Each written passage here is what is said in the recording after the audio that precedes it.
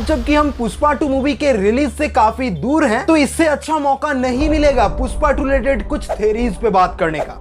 Teaser जितना ही छोटा हो, हम 1 साल पुरानी वेयर इज पुष्पा के ग्लिम्स से इस टीजर को कनेक्ट करेंगे एंड इस मूवी के इंपॉर्टेंट प्लॉट डिटेल्स को खोद के निकालने की कोशिश करेंगे, जैसे कि हमारे पुष्पा भाव को इस अवतार में आने का असली कारण क्या है और ऐसा क्या हुआ होगा कि हमारे पुष्पा भाव को नॉर्मल पब्लिक और प्रशासन से छुप कर रहना पड़ रहा है। And finally Pushpa the rule movie के अंदर पर्टिकुलर इस फेस्टिवल को ही प्रमोट क्यों किया जा रहा है, जबकि पुष्पा की कहानी का असली पॉलिटिक्स तो लाल चंदन को लेकर है। तो मेकर्स एग्जैक्ट पुष्पा के किस तरीके की रूल को प्रेजेंट करना चाहते हैं? केजीएफ में रॉकी भाई के रूल जैसा तो ये नहीं दिख रहा। खैर, सबके बारे में बात करेंगे मगर एक एक करके। पहले आप लाइक करो।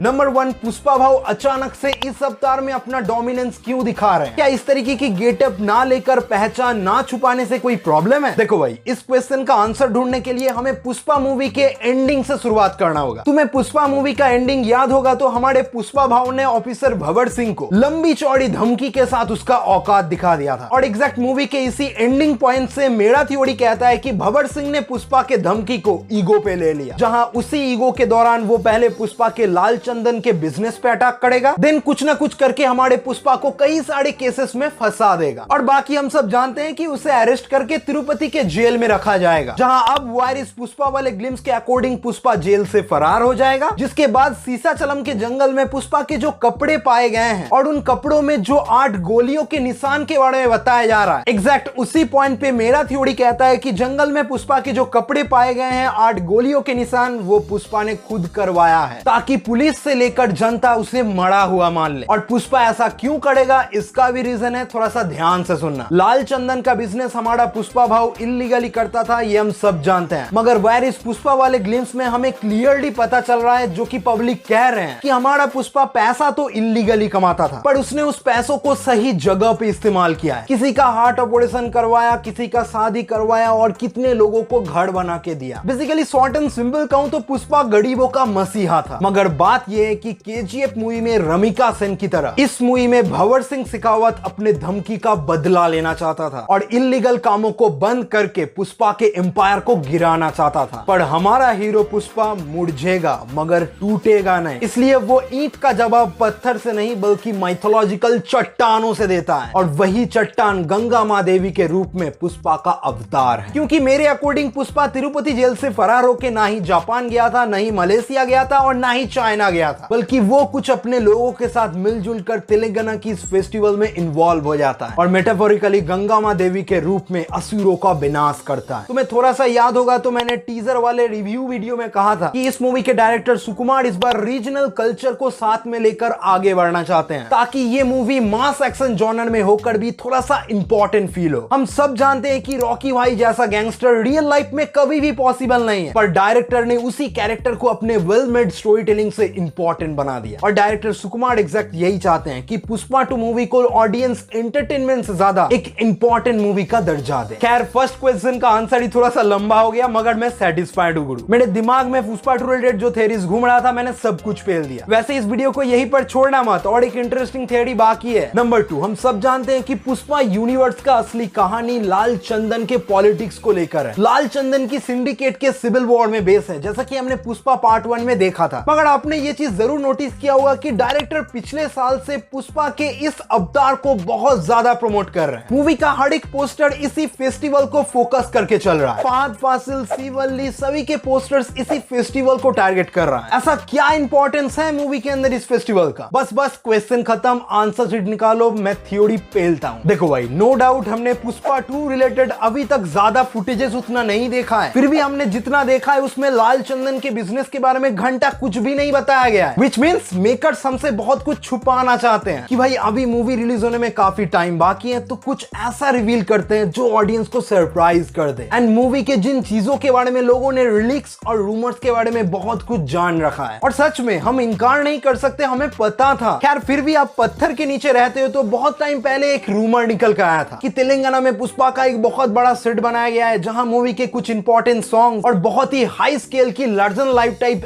एक्शन सीक्वेंस क्रिएट किया किया जाएगा, जिन चीजों को एग्जैक्ट टीजर के कुछ शॉट्स में हम नोटिस कर भी सकते हैं। और इन चीजों को देखकर हम अभी भी कंफ्यूज्ड हैं कि पुष्पा जैसे मूवीज में अल्लू अर्जुन के ऐसे अवतार का क्या काम है। और बात को समझो, यही कंफ्यूजन ऑडियंस के दिमाग में घूम रहे हैं और मेकर्स भी वही चाहते हैं कि ऑडियंस इस मूवी रिलेटेड बात करते रहे। सब कुछ मार्केटिंग का खेल है गुरु। तो समझ रहे हो मेकर्स ऐसी चीजों को क्यों प्रमोट कर रहे हैं, वो मैंने क्लियर कर दिया। जिसके बाद हम फाइनली बात करें कि अल्लू अर्जुन के गेटअप के साथ मूवी के अंदर ये फेस्टिवल इतना इंपॉर्टेंट क्यों है। वैसे यार क्या सब कुछ एक ही वीडियो में बताऊंगा, उसके लिए मेरे को एक नया वीडियो मांगता है। सो चैनल को सब्सक्राइब करो, लाइक करो, मिलते हैं नेक्स्ट वीडियो में। बाय।